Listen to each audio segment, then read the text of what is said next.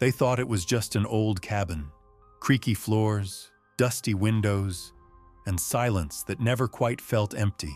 The price was unbelievable. $500. The neighbors said it had been abandoned for decades, that no one stayed there longer than a week. But the old man just laughed. "Ghosts don't scare us," he said, holding his wife's hand as they crossed the threshold. The first night was quiet, almost too quiet. The clock stopped ticking at 3:17. The fireplace went cold, and then their dog, normally calm, loyal, gentle, started scratching at the floorboards, whining at something buried deep beneath. When the old man pried the wood open, he didn't just find a secret. He found the reason no one ever stayed. Stay with me until the end, because what they uncovered will change the way you look at silence forever. Before we begin, don't forget to like this video, hit subscribe, and tell us where you're watching from. Now let's get into it. Harold and Margaret Whitmore had been married for 47 years. They'd weathered everything life could throw at them. The death of their only son, Harold's battle with cancer, Margaret's struggle with arthritis that left her fingers twisted like gnarled branches. But they'd survived it all together, bound by a love that had only grown stronger with each passing storm. At 78 and 75, they should have been settling into their golden years in some comfortable retirement community, playing bingo and complaining about the food. Instead, they found themselves standing in the back of a drafty courthouse annex, surrounded by strangers who kept shooting them worried glances. The auctioneer's voice droned through the morning air like a broken radio. Next up, we have the old Miller property. 160 acres, single cabin, well of unknown status. Property sold as is, where is? He paused, adjusting his glasses. 15 years of back taxes, folks. Opening bid at $500. The room fell silent. Not the kind of silence that comes before a bidding war, but the heavy, uncomfortable quiet that follows bad news. Harold felt Margaret's hand tighten in his. Around them, weathered farmers and local speculators suddenly found their shoes very interesting. $500, Harold called out, his voice steady despite the curious stares now fixed on him. The auctioneer looked surprised. "I have $500. Do I hear 6? Nothing. Just the sound of shifting feet and nervous coughs. Going once, going twice. The gavel came down with a sharp crack. Sold to the gentleman in the back. As they walked to the front to complete the paperwork, whispers followed them like smoke. Don't know what they just bought into. That place has been cursed since Miller disappeared. Nobody stays there long. The young woman processing their payment wouldn't meet their eyes. She pushed the deed across the table as if it might bite her. Harold folded the document carefully and slipped it into his coat pocket, right next to his heart medication. Outside, the Montana air was crisp and clean, carrying the scent of pine and possibility. Margaret squeezed his arm. "Well, Harold, we've really done it now. 47 years of marriage, and you're just now figuring out I'm crazy?" He kissed her forehead gently. "Come on, let's go see what we bought." They stopped at Abernathy's general store for supplies, coffee, lamp oil, a few basic groceries. The elderly proprietor, his name stitched across a faded apron, studied them with curious eyes. "You're the folks who just bought the Miller place, aren't you?"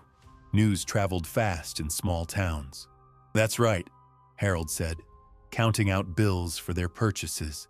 Abernathy leaned across the counter, his voice dropping low.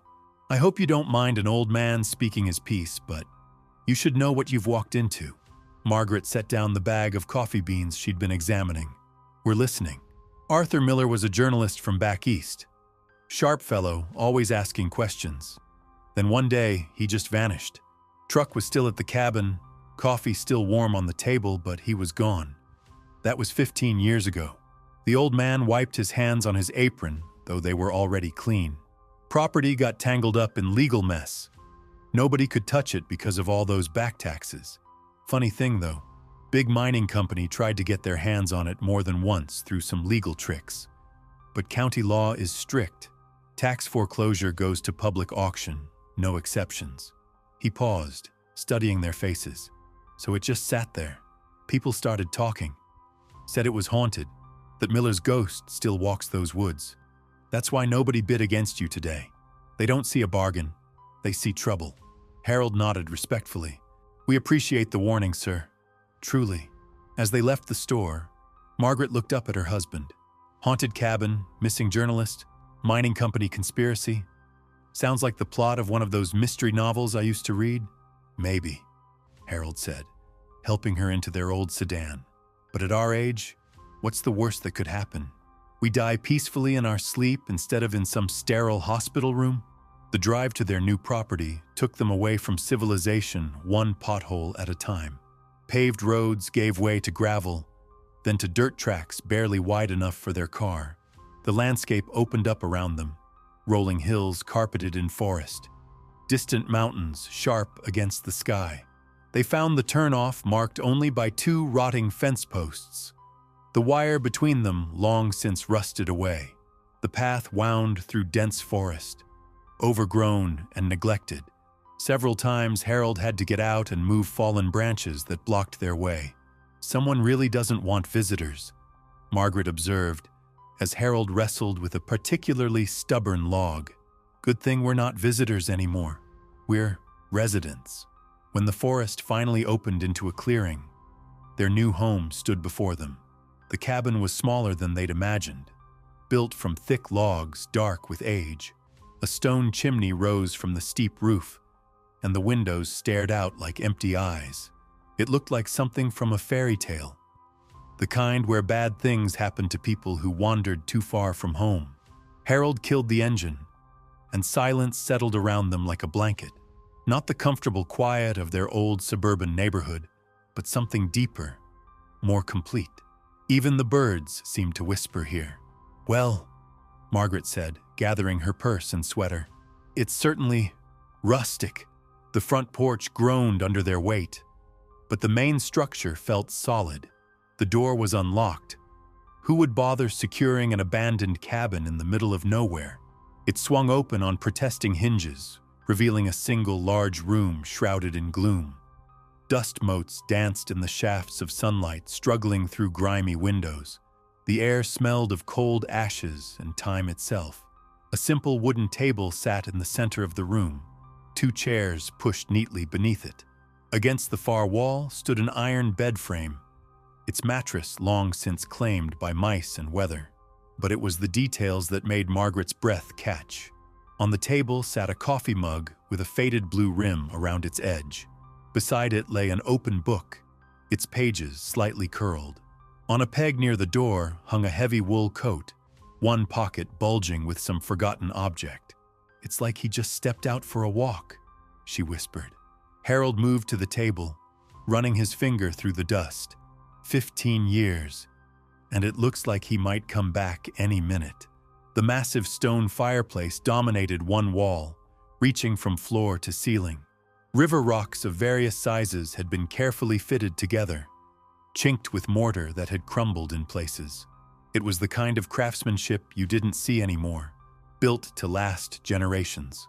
Margaret opened the door of an old cabinet, finding dishes still neatly stacked inside. Mismatched plates and bowls, the kind accumulated over years of single living. Everything was exactly as Arthur Miller had left it, preserved in this pocket of forgotten time. Harold, she said softly, what do you think really happened to him? Before he could answer, a sound outside made them both freeze. It was the rumble of an approaching vehicle growing louder as it navigated the rough trail to their clearing. Through the grimy window, they watched a sheriff's department SUV pull up beside their car. The man who emerged was large and imposing, his uniform crisp despite the remote location.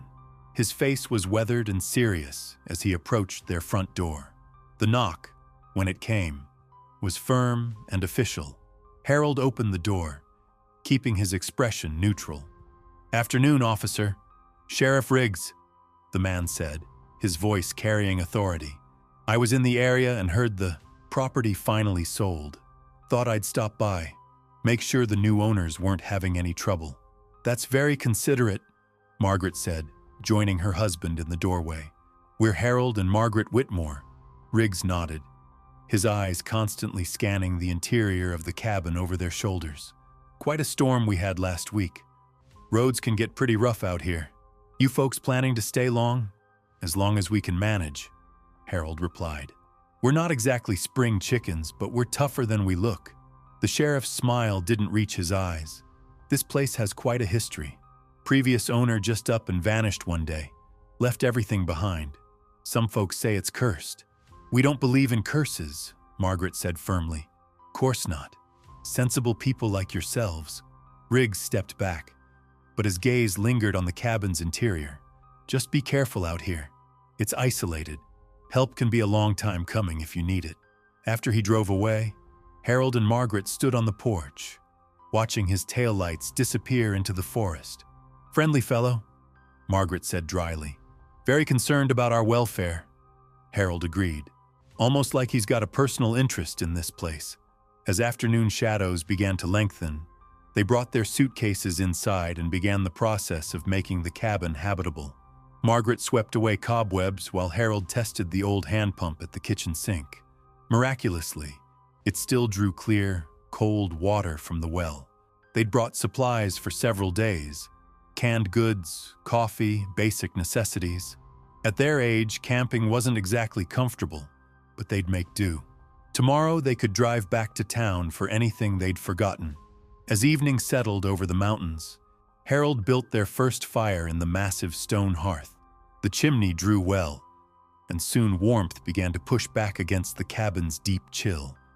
Orange light danced across the log walls, making the small space feel almost cozy.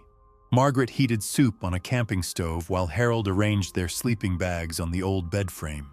They ate by firelight, talking quietly about their plans for the property. Maybe they'd fix up the cabin properly, make it a real home. At their age, how much space did they really need? But as full darkness fell outside, something changed. The comfortable warmth of their small fire seemed to struggle against a cold that pressed in from all directions. The windows became black mirrors reflecting their own faces back at them, making the cabin feel isolated from the rest of the world. And in that isolation, in the profound silence of the Montana wilderness, they began to understand why no one had stayed here long. The quiet wasn't empty. It was waiting. It was Margaret who first noticed the clock had stopped. She'd always been a light sleeper, her internal rhythm attuned to the steady tick-tock that had marked their nights for decades. But here in the cabin, wrapped in the borrowed quiet of the wilderness, that familiar sound was absent. She lay still on the makeshift bed, listening to Harold's steady breathing beside her, and realized the silence felt wrong somehow. Not peaceful, not restful, wrong. The fire Harold had so carefully built was nothing but cold ashes now, though he'd banked it properly before they turned in. The cabin felt like a tomb, the air thick and still despite the mountain breeze she could hear moving through the pines outside. It was as if the walls themselves were holding their breath. Margaret slipped from beneath the covers and padded across the wooden floor to check the old mantel clock. 3:17. The hands were frozen at exactly 3:17, though she was certain it had been working when they arrived. She tapped the glass gently, but nothing happened. The clock stared back at her with dead eyes, its silence somehow louder than any ticking had ever been. "Harold?" she whispered, but her husband didn't stir. 47 years of marriage had taught her when to let him sleep and when to wake him. This felt like a let him sleep moment, though she couldn't quite say why. She moved to the window, rubbing a clear spot in the grime with her sleeve. Outside, the forest was a wall of black punctuated by silver moonlight. Nothing moved. Even the wind seemed to have died, leaving the trees as still as painted scenery. That's when she heard it. A soft whimpering sound, barely audible but distinctly distressed. It was coming from outside, near their car. Margaret pressed her face to the glass, trying to peer into the darkness. The sound came again, closer now. Not quite human, but not entirely animal either. Her heart hammered against her ribs as she realized what she was hearing. It was a dog, but not like any dog she'd ever known. The whimpering held a note of intelligence, of purpose, as if the animal was trying to communicate something urgent. "Harold," she said again, this time more firmly. "Harold, wake up." Her husband stirred, blinking in the darkness. "What is it, love?" "There's something outside. A dog, I think. It sounds hurt." Harold sat up, immediately alert despite having been deep in sleep moments before. Years in the military had taught him to wake fast and wake ready. He pulled on his boots and jacket without question, trusting his wife's instincts as completely as she trusted his. They opened the cabin door together, and the mountain air hit them like a physical force, cold and clean and sharp with the scent of pine needles and snowmelt. The whimpering was clearer now, definitely coming from a dog somewhere in the darkness beyond their small circle of porch light. "Here, boy," Harold called softly. "Come on, it's okay." For a moment, nothing happened. Then, like a ghost materializing from the shadows, a shape emerged from the tree line. It was a German shepherd, but unlike any they'd ever seen. Instead of the typical black and tan coloring, this dog's coat was a stunning mix of silver gray and pale cream, almost luminous in the moonlight. The animal approached cautiously, its head low and ears forward. Even in the dim light, they could see intelligence in its amber eyes, along with something else. Urgency. The dog was trying to tell them something. "Well, hello there, beautiful," Margaret said, extending her hand slowly. "What are you doing out here all alone?" The dog sniffed her fingers, then pressed its massive head against her palm. But instead of settling into the comfort of human contact, it pulled away almost immediately and began pacing back and forth in front of the cabin. Its movements were agitated, purposeful. It would take a few steps toward the forest, then turn back to look at them, clearly frustrated that they weren't following. "I think he wants us to go with him," Harold said, like Lassie trying to show someone where Timmy fell down the well. But as they watched, the dog's behavior changed. Instead of trying to lead them away from the cabin, it suddenly focused its attention on the structure itself.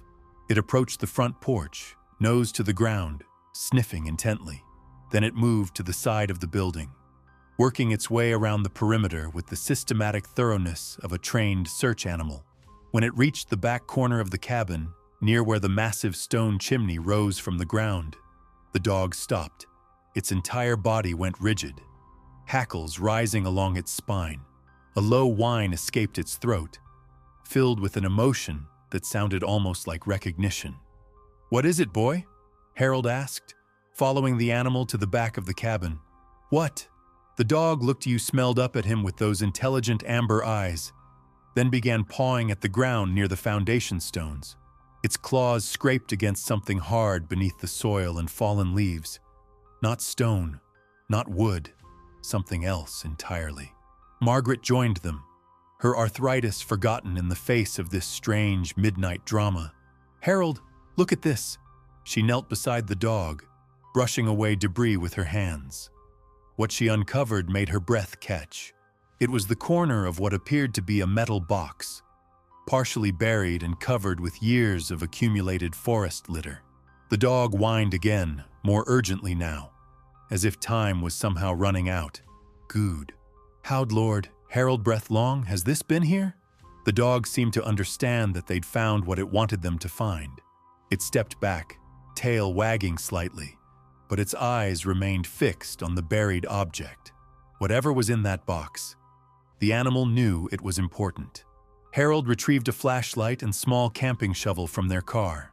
Working carefully in the beam of light, he began to excavate around the metal container.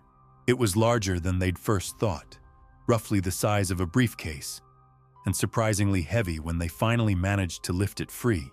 The box was made of military-grade aluminum, designed to be waterproof and nearly indestructible. Despite being buried for what must have been years, it showed little sign of corrosion. A combination lock secured the lid, its 3 number wheels still turning smoothly. "Should we?" Margaret asked, though her tone suggested she already knew the answer. "Arthur Miller was a journalist," Harold said quietly. "If he buried this, he had a reason." Maybe we owe it to him to find out what that reason was. The dog sat watching them, patient now that the box was uncovered. In the moonlight, its silver coat made it look like a creature from some ancient legend, a guardian spirit sent to guide them to this moment.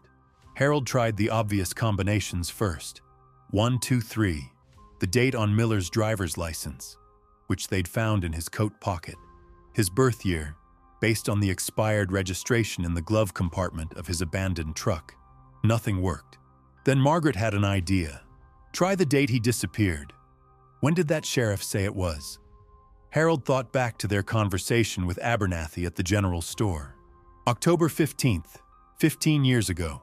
He spun the wheels to 10:15, then tried various year combinations. On his third attempt, the lock clicked open. Inside the box, protected by waterproof seals and wrapped in plastic, were documents, dozens of them. Photographs, handwritten notes, official-looking reports with government letterheads. At the top of the pile was a letter written in the same neat handwriting they'd seen in the journal back at the cabin. "If you're reading this," the letter began, "then something has happened to me. My name is Arthur Miller, and what you're about to discover could get you killed. But it could also save this entire valley from a catastrophe that's been years in the making." Harold and Margaret looked at each other in the flashlight beam. The dog whined softly, as if urging them to continue reading. The letter went on to detail a conspiracy that reached from the local sheriff's office all the way to the state capitol. Illegal mining operations, toxic waste dumping, water contamination on a scale that threatened every living thing in the region. And at the center of it all, a company called Geocorp, whose executives would do anything to keep their crimes hidden. "I've documented everything," Miller's letter continued. "Every illegal dump site, every bribed official, every forged environmental report. It's all here, but they're onto me now. I can feel them closing in. If I disappear, if something happens to me, please don't let this die with me. The people of this valley deserve to know the truth." The letter was dated October 14th, the day before Arthur Miller vanished forever. Harold's hands shook as he held the flashlight steady for Margaret to read. Around them, the forest had come alive with small sounds. An owl hooted in the distance. Something rustled in the underbrush. But the dog remained perfectly still, as if standing guard while they absorbed the magnitude of what they'd discovered. "Harold," Margaret whispered, "we're in over our heads here." "I know." His voice was grim.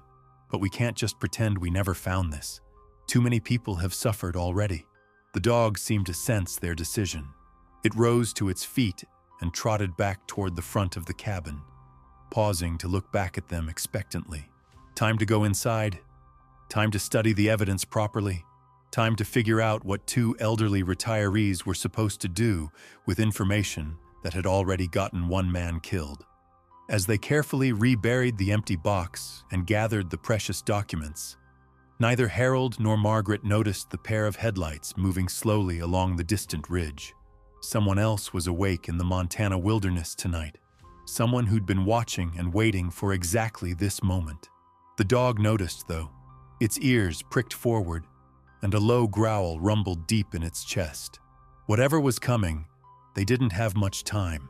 The dog's growl grew deeper, more urgent. Those headlights weren't just passing through. They were coming straight for the cabin. Harold quickly gathered the documents, his military training kicking in even after all these years. "Margaret, we need to get these hidden. Now." But the mysterious dog had other plans. Instead of heading for the cabin, it trotted purposefully toward the massive stone fireplace, its nose working frantically along the base of the hearth. The animal began pawing at one particular stone, whining with an intensity that made Margaret's skin crawl. "What is it now?" she whispered, following the dog to the fireplace. "What else is there?" Harold shined his flashlight on the spot where the dog was digging. The stone was different from the others, smoother, more rectangular, and the mortar around its edges looked newer, deliberately applied to seal something shut. The approaching headlights were closer now, maybe a quarter-mile down the trail. Whoever was coming, they'd arrive in minutes. "Help me with this," Harold said, grabbing the camping shovel. Together, they began scraping away the hardened mortar while the dog watched anxiously. The stone was heavy, but it shifted when Harold pried at it with the shovel blade. "It's loose," Margaret breathed. "Harold, this stone was meant to be moved." With a grunt of effort, Harold levered the stone aside, revealing a dark cavity beneath the fireplace. The dog immediately stuck its head into the opening, tail wagging with satisfaction. It had found exactly what it was looking for. Harold shined the flashlight into the space. Inside was another metal container, larger than the first, along with what appeared to be recording equipment wrapped in plastic. But there was something else, something that made Margaret gasp and step backward. Bones, human bones, yellowed with age and carefully arranged, as if someone had been buried here with reverence. "Arthur Miller," Harold whispered. "This is where he ended up." But even as the horrifying realization sank in, the dog was pulling something else from the hidden chamber. A thick manila envelope sealed with wax and bearing a single word written in faded ink: insurance. The headlights were at the edge of their clearing now. Through the grimy windows, they could see it was the same sheriff's SUV that had visited earlier. But this time, Sheriff Riggs wasn't alone. 2 other vehicles followed behind him, their occupants moving with the purposeful coordination of people who'd done this before. "They know," Margaret said, her voice tight with fear. "Somehow they know we found something." The dog seemed to understand the danger too. It grabbed the manila envelope in its teeth and bolted for the back door, which Harold had propped open during their excavation. Without hesitation, the animal disappeared into the forest, carrying whatever final secret Arthur Miller had died to protect. Heavy footsteps approached the front porch, multiple sets of boots, moving with military precision. Harold quickly shoved the stone back into place while Margaret scattered the documents they'd found throughout the cabin. Some under the bed, others inside the old cabinet, a few tucked between the pages of books on Miller's shelf. "Whatever happens," Harold whispered urgently, "we're just 2 old people who bought a cabin. We don't know anything about anything." The knock on the door was sharp and authoritative. Not a request, but a demand. Harold opened it to find Sheriff Riggs flanked by 2 men in dark clothing. They weren't wearing uniforms, but everything about them screamed law enforcement or worse, the kind of people who made problems disappear. "Evening, folks," Riggs said, his earlier friendliness replaced by cold professionalism. "Sorry to bother you so late, but we had reports of trespassers in the area. Mind if we take a look around?" It wasn't really a question. The 3 men pushed past Harold and Margaret, spreading out through the small cabin with practiced efficiency. They moved like they knew exactly what they were looking for. "Funny thing about this old place," Riggs said conversationally as his companions searched. "Previous owner was always digging around, burying things. Never could figure out why a man would bury his valuables instead of keeping them in a bank like normal folks." One of the dark-clothed men knelt by the fireplace, running his hands along the stones. He paused at the one Harold and Margaret had just replaced, pressing against it experimentally. "This one's been disturbed recently," he reported. "Mortar's still soft." Riggs smiled, but it was the kind of smile a shark might give. "Now that's interesting. You folks wouldn't know anything about that, would you?" "We built a fire earlier," Margaret said, her voice steady despite the fear coursing through her veins. "Maybe we knocked something loose when we were cleaning out the ashes." The man by the fireplace looked up at Riggs, shaking his head slightly. Whatever they were looking for wasn't there anymore. The dog had seen to that. "You know what I think?" Riggs said, settling his considerable bulk into one of Miller's old chairs. "I think you 2 stumbled onto something you shouldn't have, and I think you're smart enough to know what's good for you." Harold stepped protectively in front of his wife. "We're just trying to enjoy our retirement, Sheriff. We don't want any trouble." "Course you don't. Nobody wants trouble." Riggs leaned forward, his voice dropping to a menacing whisper. "See, this valley's got a delicate ecosystem, economically speaking. Mining jobs, logging operations, construction contracts. They all depend on things staying nice and quiet. When people start asking questions, asking the wrong kinds of questions, well, That's when accidents happen. The threat hung in the air like smoke from a gun barrel. Margaret felt Harold's hand find hers, his grip steady and reassuring despite the circumstances. Arthur Miller asked too many questions. Riggs continued. Had to be relocated. Permanently. Shame, really. Seemed like a nice enough fellow. One of his companions emerged from searching the back room, shaking his head. Whatever documents they'd hidden were well concealed, at least for now. Here's what's going to happen, Riggs said, standing up and adjusting his gun belt. You folks are going to finish up your little camping trip and head back to wherever you came from. Tonight, and you're going to forget you ever saw this place. And if we don't? Harold asked quietly. Riggs's smile widened. Well, like I said, accidents happen, especially to elderly folks who wander around alone in the wilderness. Bears, you know. Terrible problem we have with bears around here. The three men filed out as suddenly as they'd arrived, leaving Harold and Margaret alone with the deafening silence of the mountain night. Through the window, they watched the taillights disappear down the trail, but they both knew this wasn't over. We can't leave, Margaret said once she was sure they were gone. If we run now, Arthur Miller died for nothing. Harold nodded grimly. But we can't stay here either. They'll come back. And next time they won't bother with threats. That's when they heard it again. A soft whimpering from outside. The dog had returned, emerging from the forest like a silver ghost. But this time, it wasn't alone. Following behind the shepherd was a small pack of wild animals. Coyotes, a red fox, even a massive black bear that should have been hibernating. They moved together with impossible coordination, as if the dog was some kind of wilderness conductor orchestrating a symphony of the forest.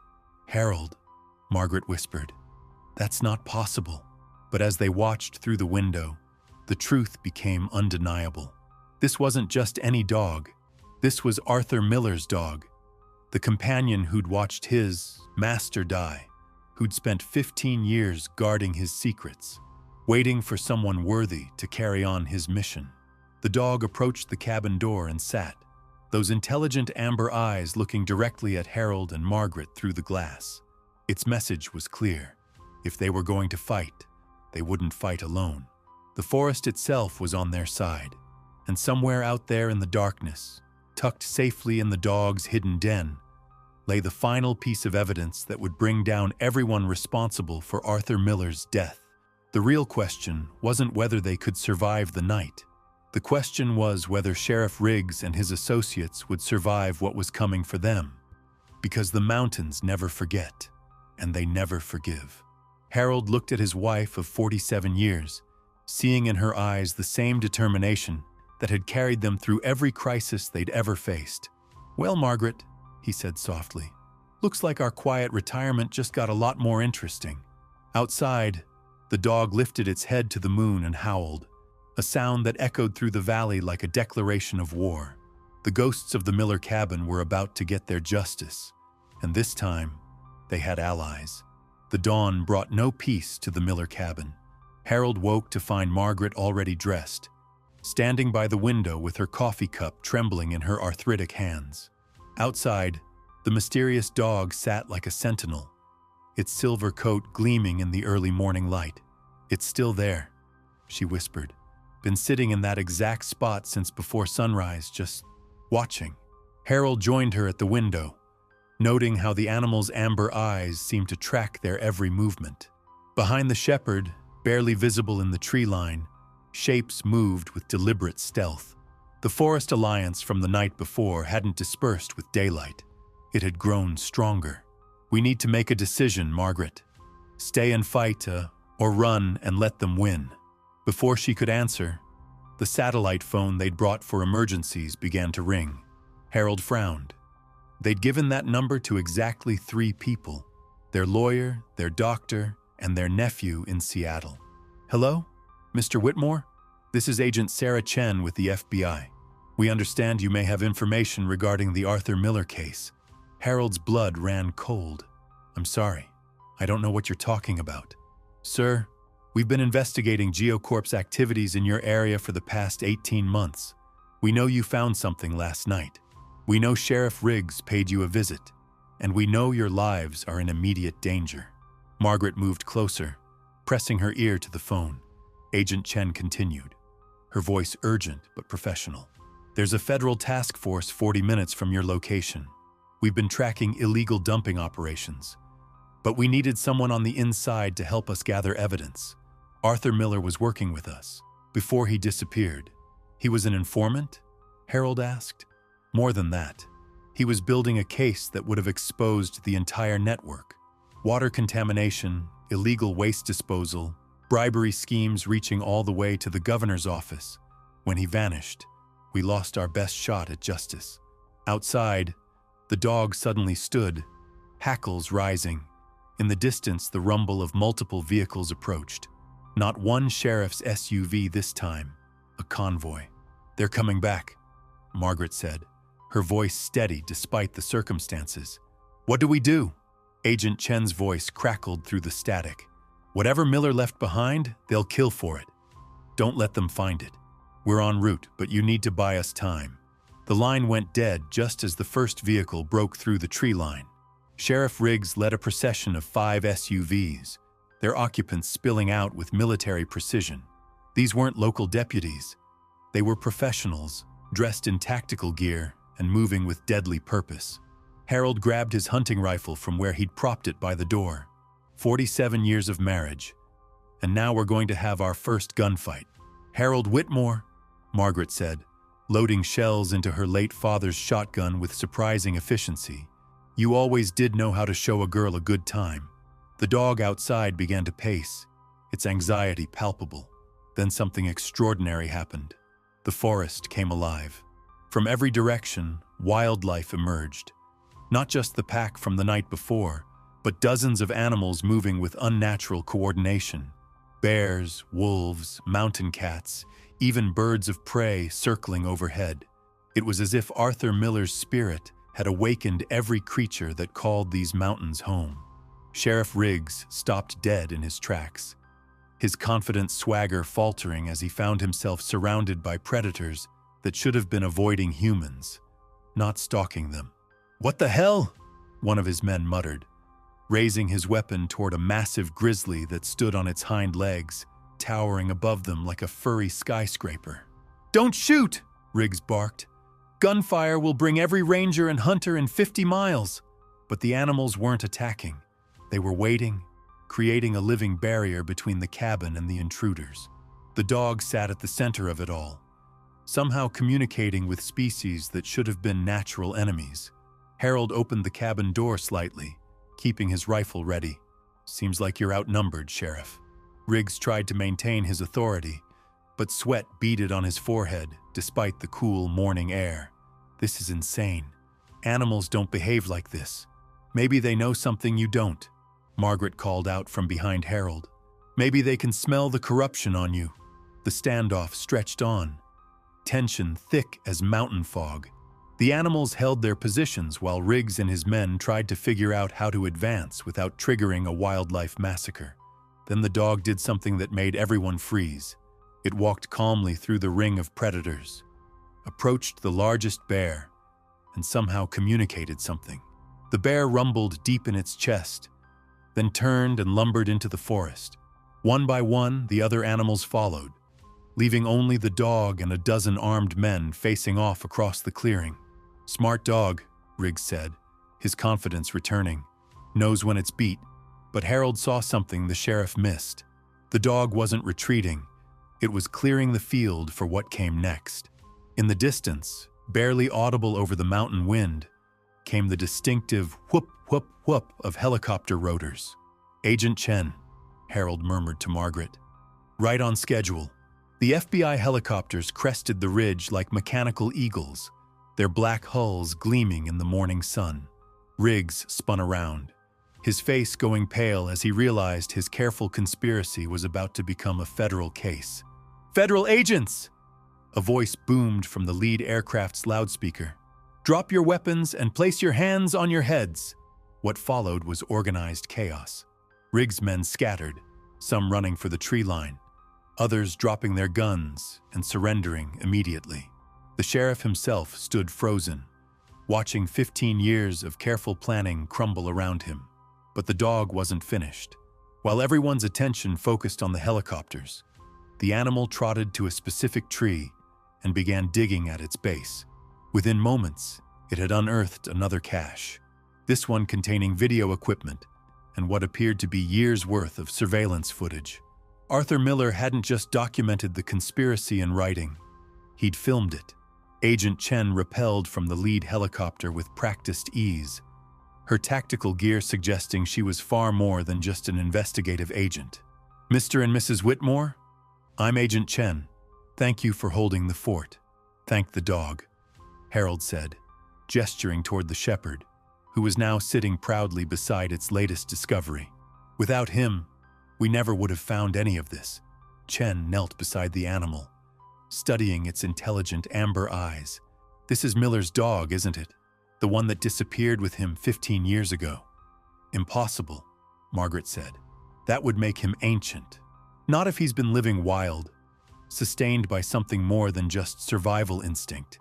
Chen looked up at the massive stone fireplace visible through the cabin's open door. Miller was working on more than just environmental crimes. He'd stumbled onto something that goes back generations. A network of corruption so deep it infected everything from local law enforcement to state government. As federal agents processed the crime scene and arrested Riggs's remaining associates, Chen explained what they'd discovered during their investigation. GeoCorp wasn't just illegally dumping waste, they were systematically poisoning water supplies to force landowners to sell at below-market prices. The contamination wasn't accidental, it was deliberate economic warfare. "Miller got too close to the truth," Chen said. "When he tried to go public, they silenced him. But his dog remembered everything." The shepherd approached Harold and Margaret, pressing its massive head against their hands in a gesture of gratitude. 15 years of waiting, 15 years of guarding secrets, and finally justice was within reach. "What happens now?" Margaret asked, watching as agents carefully excavated the fireplace where they'd found Miller's remains. "Now we prosecute everyone involved, from the county level all the way to the state capitol," Chen replied. "Thanks to what you found and what Miller documented, we can clean house completely." But as the federal circus continued around them, Harold noticed something troubling. The dog was growing translucent in the morning light, its silver coat becoming almost ethereal. Margaret saw it too, her hand flying to her mouth in wonder and sadness. "It's time," she whispered. "His job is finished." The shepherd looked at them one last time with those wise amber eyes, then turned and walked toward the forest.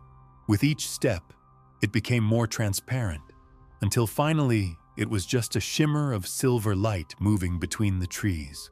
At the edge of the clearing, it paused and looked back.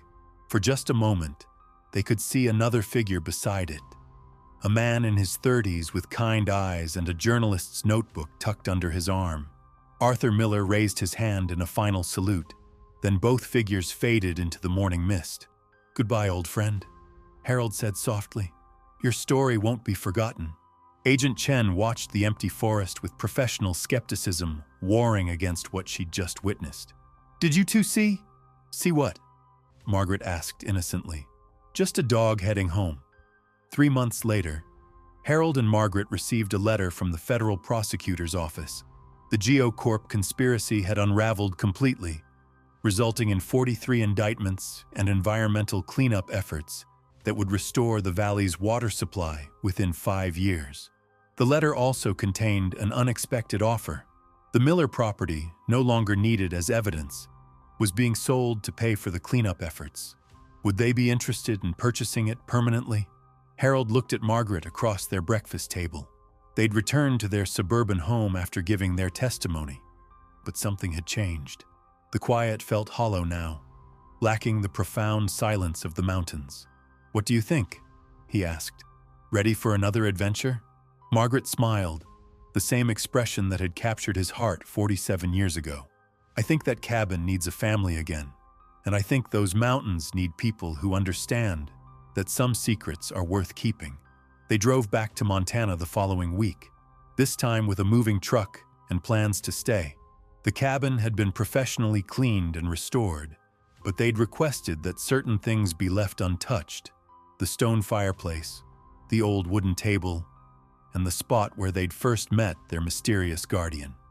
On their first night back, as Harold built a fire in the hearth that had once hidden such terrible secrets, Margaret heard a familiar sound from outside, a soft whimpering, gentle and welcoming.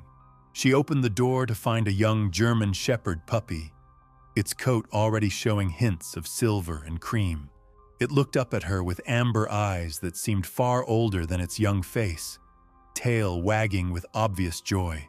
"Well, hello there," she said, kneeling to scratch behind its ears. "Are you lost?" But even as she asked the question, she knew the answer. The puppy wasn't lost. It was home. Some spirits, it seemed, were destined to remain guardians forever. Some secrets were meant to be protected by those pure enough to understand their importance. And some love transcends even death itself, returning in new forms to watch over those brave enough to seek the truth.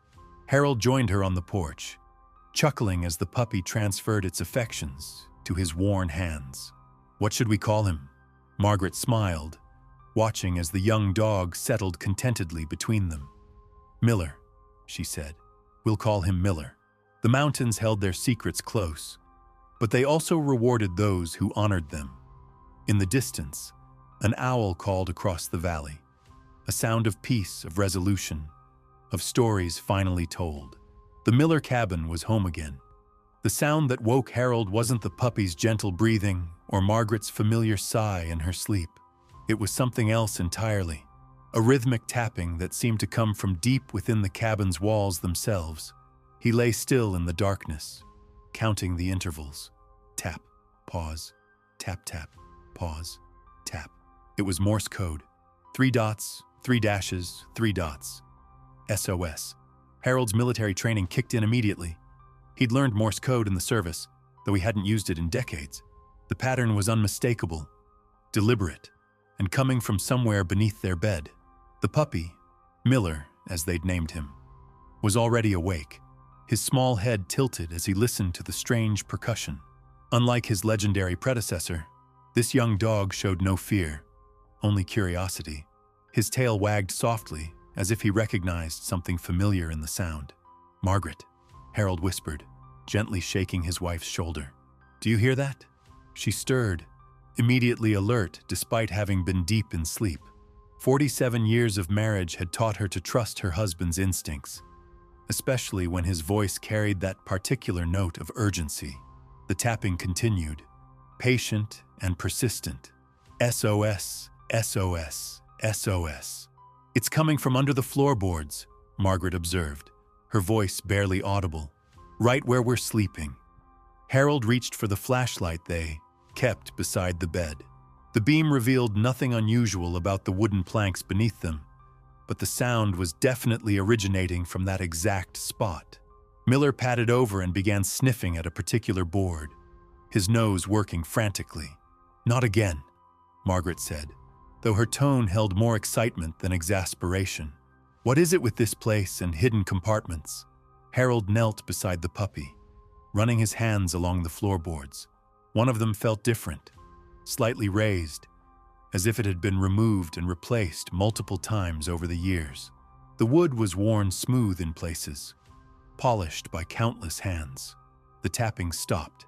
In the sudden silence, they could hear their own heartbeats, the whisper of wind through the pines outside, and something else, a faint mechanical humming, so low it was felt more than heard. "Harold," Margaret said, her voice tight with realization. "That's not coming from underground. That's electronic." He pried at the loose floorboard with his pocket knife, working carefully to avoid damaging whatever lay beneath.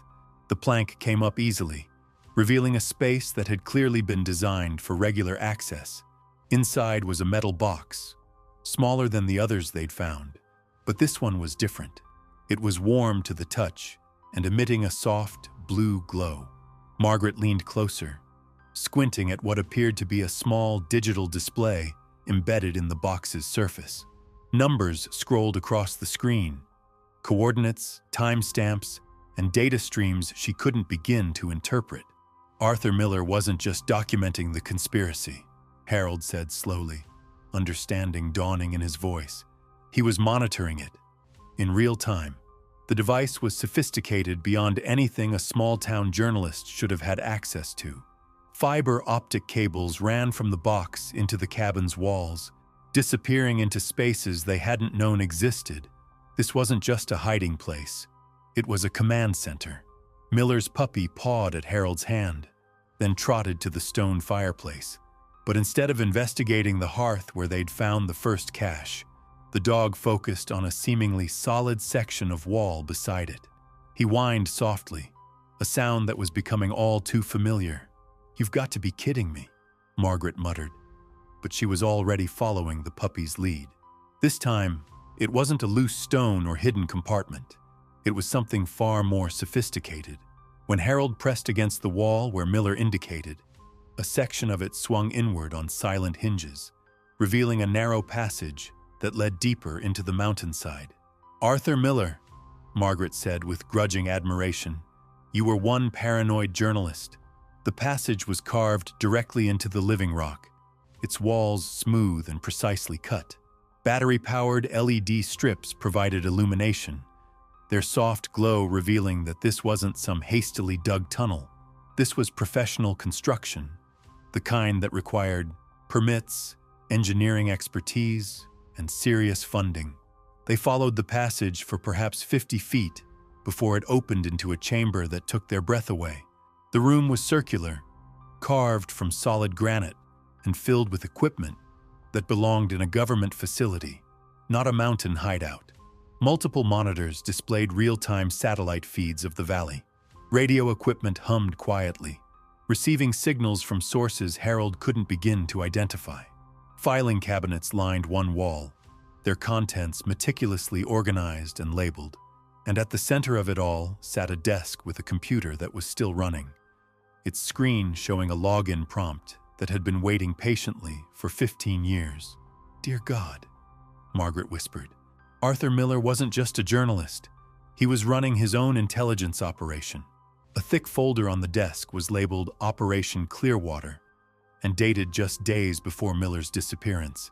Harold opened it carefully, revealing photographs, surveillance reports, and detailed analysis of what appeared to be a network of environmental crimes spanning multiple states. But as impressive as the setup was, it was the wall of photographs that truly captured their attention. Dozens of images showed meetings between men in expensive suits, clandestine exchanges of briefcases, and industrial sites that were clearly violating every environmental law on the books. That made Harold's blood run cold. At the center of it all was a photograph Sheriff Riggs, 20 years younger but unmistakable, shaking hands with a man whose face they recognized from recent news coverage. Senator Coleman, the same politician who'd been indicted based on the evidence they'd helped uncover. Miller wasn't just documenting local corruption, Harold realized. He'd stumbled onto something national in scope. Margaret was studying a different section of the wall, where a detailed map showed contamination sites across the western United States. Red pins marked locations in Montana, Wyoming, Colorado, and Utah. Each pin was connected by colored strings to photographs of the same group of men, a shadow network that had been poisoning communities for profit across multiple states. "Look at this," she said, pointing to a notation in Miller's handwriting. "He calls it the Clearwater Conspiracy." They weren't just dumping waste. They were creating environmental disasters to manipulate land prices, then buying up the contaminated properties through shell companies. The puppy had found something else to investigate. In the far corner of the chamber, he was pawing at what appeared to be another hidden compartment. This one required a combination lock, but Miller, the original Miller, had been kind enough to leave the code written in barely visible pencil on the stone wall above it. Inside were videotapes, dozens of them, each labeled with dates and locations. The most recent was dated October 14th, the day before Arthur Miller disappeared forever. Harold found an old VCR connected to one of the monitors, and inserted the final tape. The screen flickered to life, showing Miller himself sitting at the very desk where they now stood. He looked haggard, exhausted, but his eyes burned with determination. "If you're watching this," Miller's recorded voice said, "then my contingency plan worked. You found the chamber, you found the evidence, and hopefully you're the kind of people who understand what needs to be done." The recorded Miller leaned forward, his expression grave. "What you've discovered here is just the beginning. The Clearwater conspiracy reaches into every level of government, from local sheriffs to federal agencies. They've been systematically destroying communities for profit, and they'll kill anyone who threatens to expose them." He paused, seeming to look directly at Harold and Margaret through the camera. "But they made one crucial mistake. They assumed I was working alone." The video cut to surveillance footage showing Miller meeting with federal agents, passing documents, coordinating what appeared to be a massive undercover operation. But something had gone wrong. The final frames showed armed men surrounding Miller's cabin, the same men who'd threatened Harold and Margaret just months before. "I know they're coming for me," Miller's voice continued over the surveillance footage. "But the evidence is secure, the network is mapped, and the right people know what's happening. All they need is someone brave enough to finish what I started." The recording ended, leaving Harold and Margaret alone with the weight of Miller's final request. Around them, the sophisticated equipment continued its silent vigil, waiting for someone to take up the fight that had cost one man his life. "We're in our 70s, Margaret said quietly. "What can two retired people possibly do against something this massive?" Before Harold could answer, the puppy began barking excitedly. He'd found yet another surprise, a modern satellite phone, its battery still showing a full charge despite sitting unused for over a decade. Attached to it was a note in Miller's handwriting.